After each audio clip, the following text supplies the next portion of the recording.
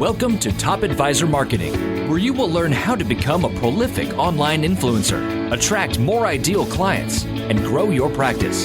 Brought to you by Top Advisor Podcasting, a done-for-you podcasting solution built just for trusted advisors. And now, your co-hosts of Top Advisor Marketing, Kirk Lowe and Matt Halloran. Well, hello, this is Matt Halloran, your host for Top Advisor Marketing. Today we're going to be talking to Kirk Lowe, founder and president of Tactobrand. And we're going to talk today about the difference between selling versus marketing. So hello, Kirk. How are you doing today, sir? Splendid. Good. Well, happy to get going. Well, and it's going to be a good one today because I think financial services professionals really truly need to understand that there is a substantial difference between selling versus marketing. So why don't you walk us through this? Let's take this journey together. Yeah, there's a big difference between selling and marketing, and I think these days, if you look at marketing in the 21st century or modern marketing, whatever you want to call it, you need to really understand the difference between these two, because we've evolved from in financial services from being a selling driven industry to a marketing driven, and the conversion between the two isn't happening to the degree it can. And I think there's a lot of challenges with that. That advisors are facing in financial companies, and we want to help try to move people along to developing the proper mindset. And it's really about understanding the difference between these two. So there's a great analogy that I'll use, and that's the analogy is farming versus hunting. Okay. So when you think about hunting, you think about there's a lot of pressure because if you don't make the kill, you don't eat, right? Mm-hmm. There's a lot of work that goes into hunting. It can be bloody at times, I guess, if that's your successful bullet. If you, in hunting or in selling, there's a lot of buyer's remorse. So if you push somebody too hard, they can have buyer's remorse, and that can be a real problem with client loyalty in your relationship going forward. So it's not necessarily the best way to start a relationship, killing somebody, so to speak. You need to be great at it. So if you're not really great at that, hunting can be obviously a big problem, or selling. It's very difficult to scale. So there's a lot of inherent problems with this idea of selling. And I know there's probably some old school, advisors, insurance agents, what have you, listening to us thinking, I still got to be great at selling. But I'm going to challenge that thinking, because I think when you are a great farmer, you don't have to sell. And that's a big difference these days. I agree. And in a lot of the advisors that I've worked with over the years who are younger advisors realize that the sales training that their mentors had gotten, even when it comes to Sandler sales training, Zig Ziglar, even some of the Covey stuff, it is very pressure oriented. And I want to get back to this whole idea of you have to be really good at it. So I'm from Michigan. There are a lot of hunters here. And if you wing an animal, like if you don't actually take it down, that animal can get mad and cause a lot of problems for you. It's the same thing when you're doing higher pressure sales. If you piss off your client or your prospective client and they don't want to do business with you because you have been so pressured, what happens is you actually create almost like a personal referral negative viral marketing.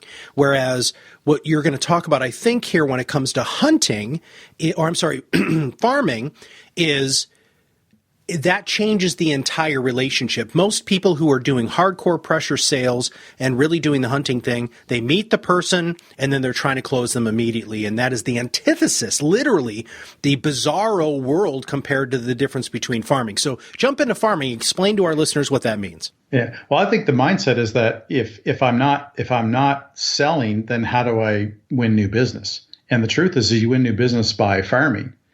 And there's a lot of advantages to being great at farming. For starters, it happens 24/7.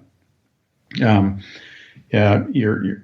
you start, it's scalable, which is not easy to do with sales. It's automated, targeted. You can decide what you want to plant and what you're going to need and how much you're going to need of it to a degree. So.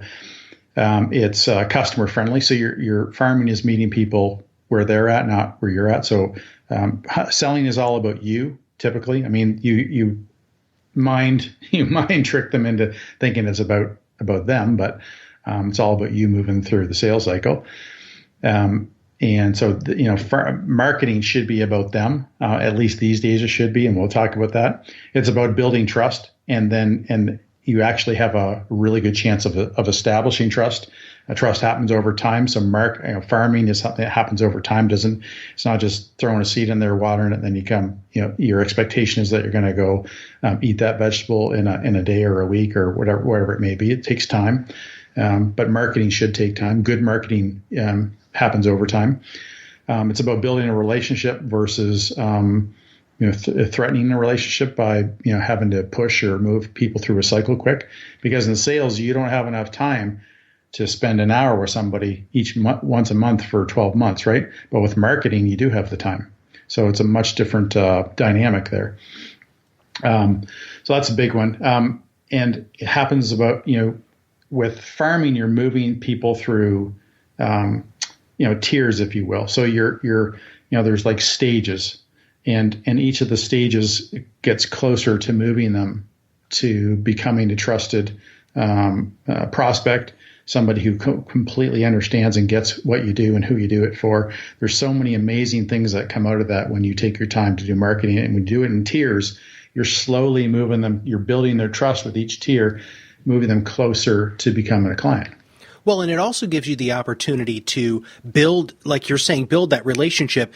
And if you're talking to them and giving them the experience as if they're already clients, right? When you do go for the close, and I'm air quoting there, or converting them to becoming a member of your long-term financial planning family, they already know what it's like. They feel what it's like. And honestly, a good marketing campaign from what we've found, and I put this into action within my own practice here.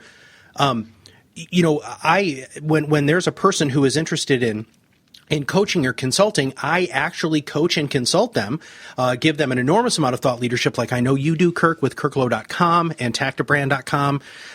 We want you to understand what it's like to work with us, because then they self-select. The ending process is so much easier because they are already acting as if they work with you, because you have been that trusted person. Man, if you've ever had a backyard garden, which we have here, I don't think the plants necessarily know me, but I know my plants, and I'm able to manipulate my plants in the way to generate me the most fruit, just like you can do with this. Absolutely. But you've got to move everybody through a sequence of, like what I talked about, tiers, so that you're building trust. Because if you keep sending the same thing over and over, it's not necessarily moving them along the trust. They know you exist. So let me give you an example of that. If all you do is write blog post, and that's the only way you communicate with them, you're not giving them a chance to experience something more. What if you did a podcast? A podcast would allow them to understand your personality a little bit, your tone, how you articulate things. If you're actually as smart live as you are when you write, little things like that. Or if you've got a video, or if you've got, maybe you ramp it up a little bit. You've got a white paper, or you've got a video course, which might be something really simple. As soon as you say a video course, probably a lot of advisors are saying, oh my gosh, I don't have time to build a video course. These guys are crazy. But you know what? Set up some video equipment that you might do a video blog with, or maybe you do a client proposal with, which are really neat ideas for doing video. And then you leverage that. You know what? I can spend, I've got this one topic that's usually a webinar, or I've done seminars in the past, and it's going to be 60 minutes. I'll break it down into 6-10-minute videos on each of these topics. I'll put it online. I'll give them some resources that they can use, like, for budgeting, for, different things that I talk about in the videos, and I'll throw, and I'll put it online, and I'll charge them $49, or maybe I'll just give it to them for free, which is probably a better idea, because you want to move people through that. That stuff isn't all that super complicated if you've got resources in place to do it. And what you do is you're moving them along. They start to experience you in a different way. And when you have different things for them to experience, that actually builds trust a lot faster and a lot deeper.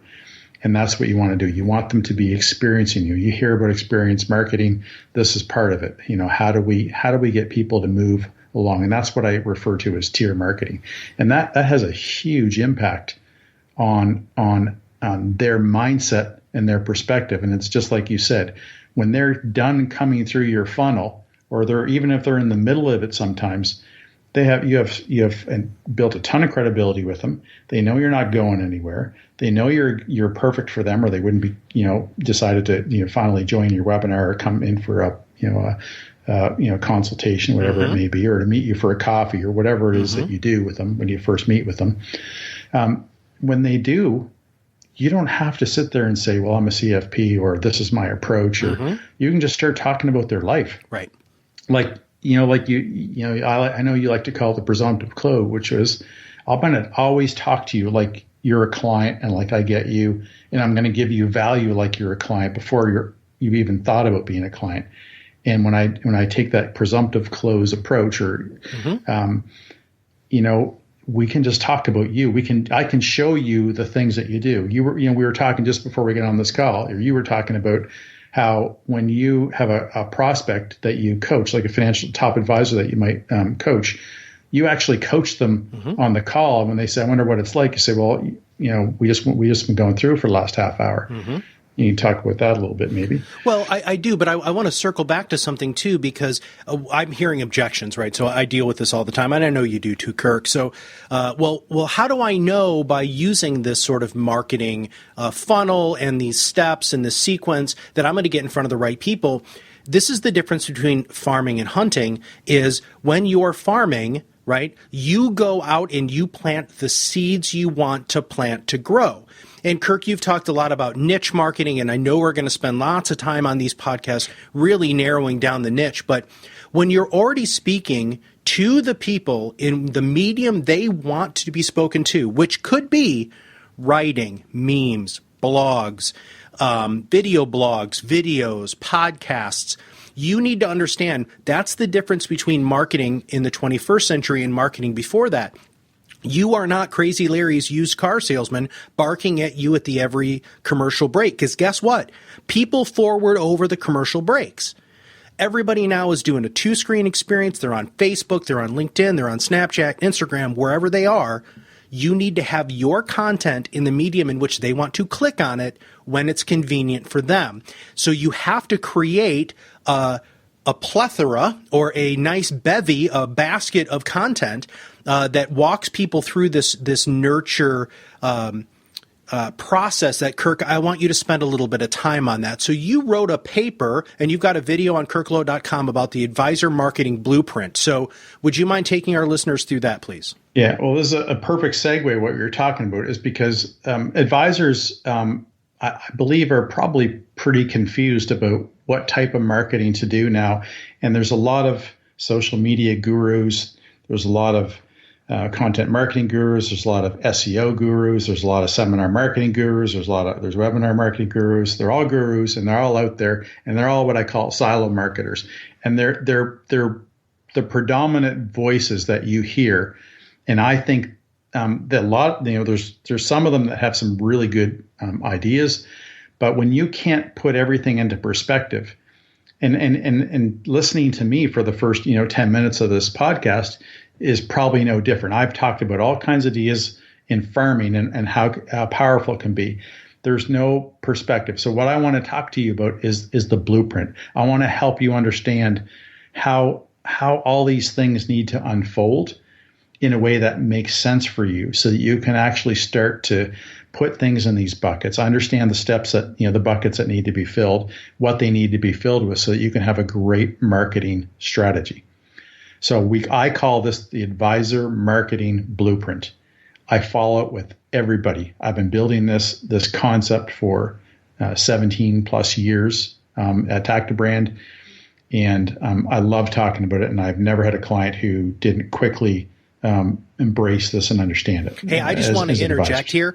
When I first learned about this a couple of years ago, when you and I first started talking and hanging out, this changed my marketing. This absolutely changed the way that I did everything within my practice at Top Advisor Coaching. So, Kirk's going to take a high level on this, everybody. We need a drum roll. Do you have a drum roll thing on your machine there? I don't, but I can do this. Drum roll. Okay, so how was that? Was that close enough? Hey, dude, that's cool. I like that thing. Anyway, so here we go. So let's there's go. 4 parts to the blueprint. And not necessarily, I use the word blueprint because it's not, much different than building a house to a degree. The first thing that you have is attract. And this isn't necessarily the order with which you fulfill but this is the order that when you launch it has to happen. You have to be able to attract people, the right people, to whatever it is you're doing, whatever your marketing is. And this is a massive, massive problem. And we're going to talk about this a ton on this podcast. Not today, but we're going to talk about it a ton. Because advisors, this is probably one of the biggest things. I mean, in every stage, there's a big thing, but you'll notice that's how I run. But attract, how do we get eyeballs and how do we get the best eyeballs to our stuff, right? That's the first thing you got to do.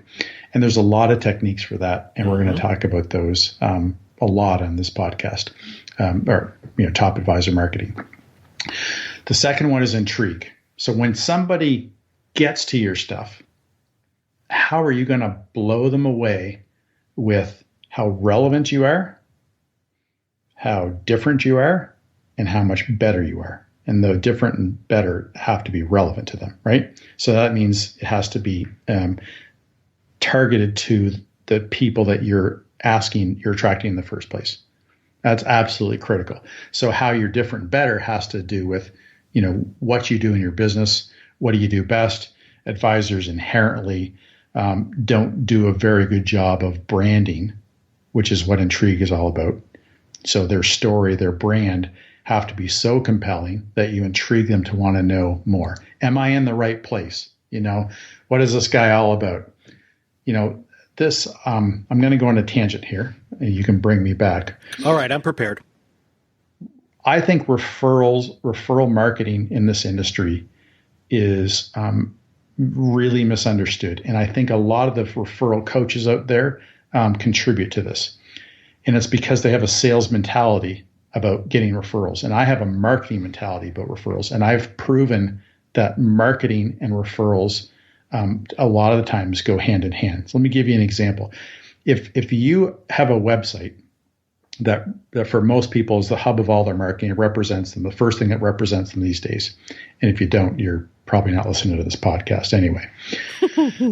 So if you have Joe, if you have Joe client, and Joe lives beside Frank client, they're not related even though they have a last name.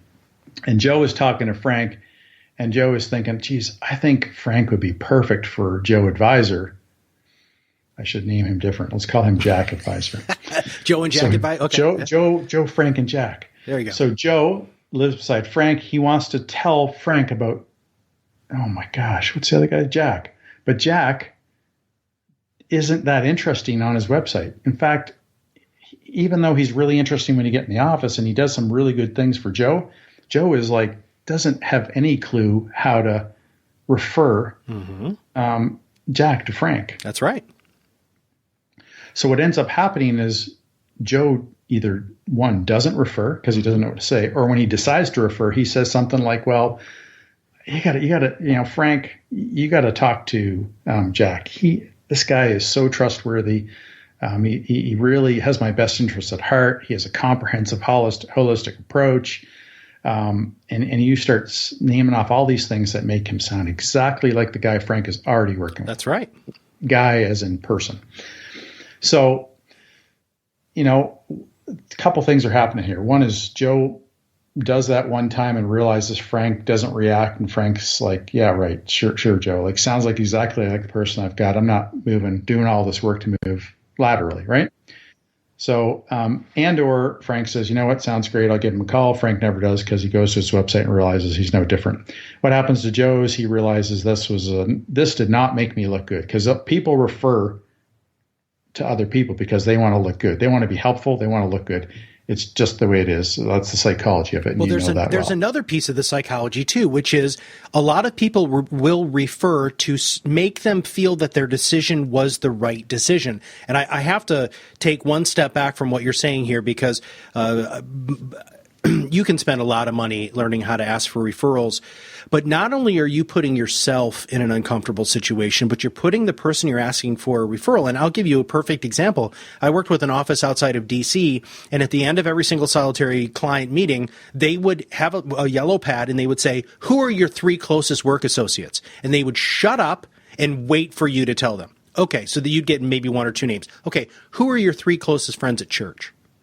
That's very salesy, guys. That's putting your client on the spot and making them feel uncomfortable instead of making them feel comfortable, warm, loved, trusted, respected, which is why you continue to do the farming method. Then when you do ask for a referral, they know how to position you, just like you're talking about with Joe, Jack, and Frank, in the marketplace, right? If I can't explain to you what makes you unique and different, and if I can't tell you or my friends and family why I work with you, you're dead in the water. So let's pay. So there's a lot of reasons why that wouldn't work, right? Because Joe didn't look good doing it. Frank didn't respond, and so Joe might not feel comfortable referring very often, even if he's got a great relationship with Jack. So let's change the story now. Let's say Joe is working with James, and James is a client at Tactic Brand, and he owns a business called 50 Wealth. And he only works with people in their 50s, and he's got a great story about that. I won't get into that now. If Joe goes to Frank and says, who's in his 50s, and he says, so for starters, he knows who James's target audience is, right? Mm-hmm, mm-hmm. And he says, look, I've been working with James for years now, and he really helped me see how much work I had to do and all the important decisions I had to make when I was in my 50s. You should go listen to his podcast. Mm-hmm. What? He has a podcast? Oh, that is so cool.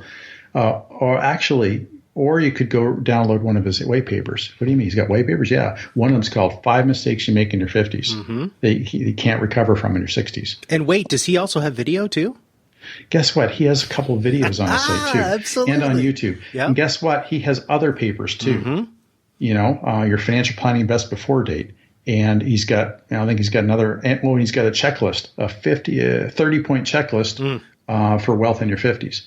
So imagine if I go to Frank now and I start offering all kinds of value, and then I just shared, the 50 Wealth brand and story, which is pretty darn compelling because Frank is 52. Mm-hmm. Then all of a sudden, Joe looks like a champ, especially when he gets these things and you realize James knows what he's talking about. Mm-hmm. See, Jack might have known what he was talking about too, but Jack didn't take the time to build a brand, to build content marketing, all these kind of things. So we're going to get into that in a little bit. I'm a bit ahead of myself, but this is where I get really frustrated with referral marketing is because it's referral selling, and it should be referral marketing. When you are great at marketing, you tee up a referral so wonderfully. And I can tell you some great stories about that another time about companies who didn't change anything with us other than getting content and a story and a better website and grew their referrals by 400%.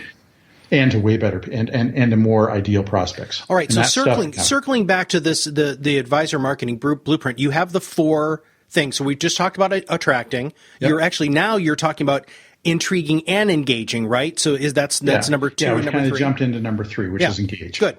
So attract, intrigue, engage. So engage is when Joe does that referral, or when Joe tweets something about that person, you want to get them, when they come to your site, you want them to engage in something. That's the point of it. You want them to do something to start experiencing you. So it could be watching a podcast, reading a blog post, subscribing to your blog feed or your podcast feed. Could be watching that video. Could be downloading a paper. Could be signing up to do a webinar. And you can see these are kind of tiered. So there's some stuff that's really easy, 0 commitment, right? Reading a blog post, listening to a podcast. There's no commitment there. A little more commitment when you say, hey, I want to sign up to the feed, or hey, I want to download your paper. And then and the next level of commitment could be, hey, I've got a course, or, I want to go to your webinar. And then, just keep moving them up the tiers. And eventually to the point where they say, what else can I do with this guy? I guess I just got to meet with this person. Oh, guess what? They've got this have a coffee session. That sounds pretty, laid back. I don't have to worry about this guy pulling up a bunch of charts and, boring me to death for an hour and a half while I sit there, wondering about what I'm doing next. Right. So, all kinds of interesting things can happen in the engagement section, but you have to be prepared to engage. Engagement is about, having content, having valuable content, and building a ton of credibility in that phase. So attract brings them to the party. Intrigue gets them really interested in that you might be the right person for them or not. So go away. You're not right for me. You're 65. I only work with 50-year-olds. And then engage is about saying, okay, let's start learning, how big of an expert am I? What's the stuff you need to be worried about, my target audience, and how can I start moving you along a path?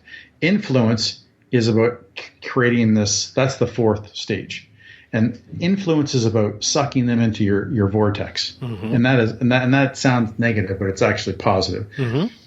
This is where social media, email, getting published, and getting them to subscribe to your, when they're subscribed to your newsletter, your blog, your podcast, you just keep feeding them stuff. And the thing is it used to be, you've heard a lot about interruption marketing. Right. So you phone somebody, you email somebody, you're interrupting them. These days, it's a lot of the marketing that would happen in influence isn't an interruption. I don't think email marketing is really considered a big interruption like, commercials were and phone calls and things like that. Yeah. I mean, because people go to their inbox and they're looking for stuff. You are sidetracking them from what they ought to be doing probably in email, but nonetheless. So, influence is about pushing out content, and when they're ready to receive it, they will go to those places and get it.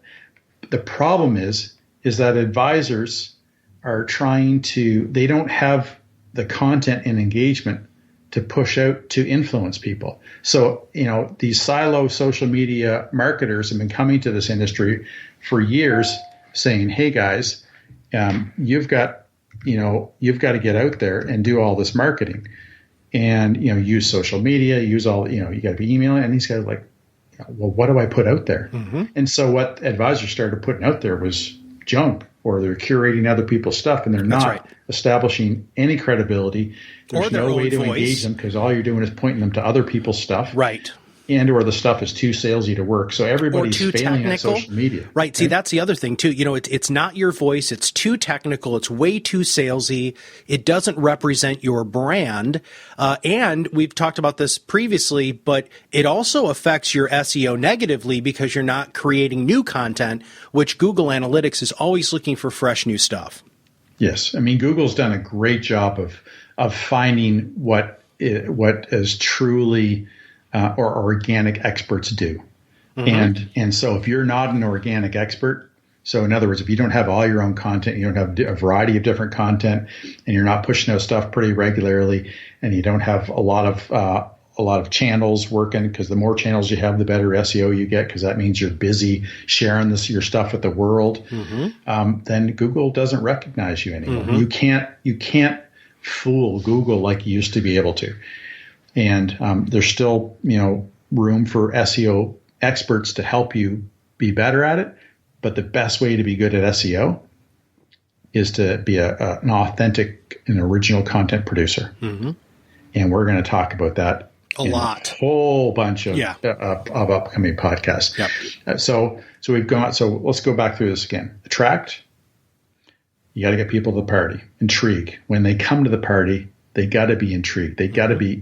Your message has to resonate with them. Has to be relevant, different, better. They got to get you right, and your story's got to be good. You've got to develop a brand. You absolutely have to do that, and we'll talk a lot about that. That's kind of my core expertise in doing all this.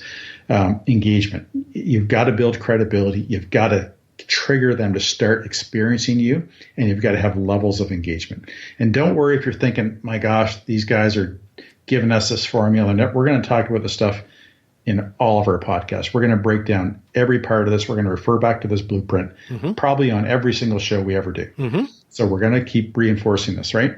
And we're going to help you through all the different elements of this and all the things that come up. And the fourth thing is influence. So how do I, once I got people's attention, how do I constantly communicate with them and nurture them?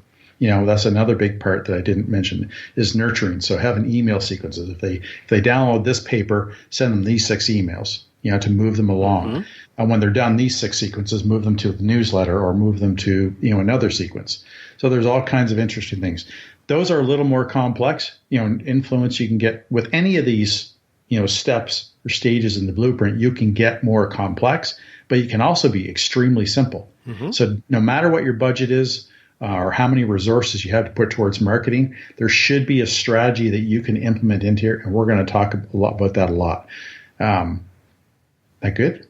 Yeah. An epiphany just happened. I don't know if you heard those terrible gears grinding in my old brain, but, so we used the analogy of farming versus hunting. I want to use just another very quick analogy, and then we'll wrap up for today. It's like dating versus being a Neanderthal and clubbing your mate over the head, right?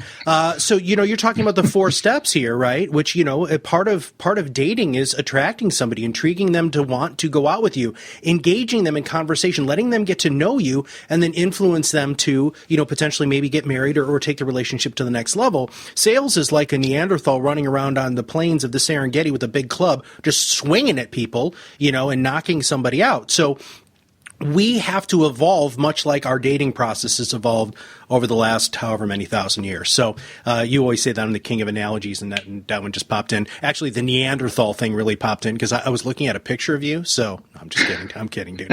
Sorry. You and I have a perfect head. You're beautiful. Thanks, man. I appreciate that. All right. So anything in closing before we wrap up today's podcast? I mean, yeah, this blueprint, you should really mark it on your whiteboard, print it out, and think about it all the time. If you're meeting with your team, or if you've got marketers that are helping you, whether it's website people, SEO people, a writer, whoever's helping you, maybe get some people running Facebook ads, for attraction. There's so many things that are happening inside here. If you can't bring it all back and put it in these buckets and understand the sequencing of it, your marketing is going to be haphazard. You're going to be wasting a lot of money. I know there's a lot of advisors that come to me. Unfortunately, I've just spent 10 on this. I spent 20 on this. I just spent 40 on this. Yep. It's just like, oh my gosh, even if it's 100 on something that's completely useless. The thing is, there's another trick to this stuff too. Sometimes it feels like you can't do all these things, but you can always be building momentum. Yeah. If you're doing something that you can leverage. So if you think, I can't worry about attraction now. I don't have any money or time for it. If you have one thing that you can do is start creating content. If you can figure out that, you could be building content for a year that you can leverage down the road. And it may not be that, that every article 12 months ago is perfect, but you could repurpose it and reuse it for month 13. There's all kinds of neat things you can do. Content, creating your own content is one of the most important things that you can ever do, and if you go to kirklow.com, you can find out all about that. There's lots of articles there and that'll help you move along, but, keep coming back to Top Advisor Marketing because we are going to talk about some great stuff. And we're going to bring on guests from time to time who have, more deep experience than either of us do in certain areas as well. Well, that's it. Yeah, thanks, man. And that's absolutely fantastic. So this was the first podcast of Top Advisor Marketing. We're going to be doing lots and lots and lots of these. So I'm really excited. Thank you, Kirk, for your time today. Thank you very much. All right. My GQ friend. Yeah. Thanks, man. All right. So we will see you guys soon, and I hope you have an absolutely wonderful day.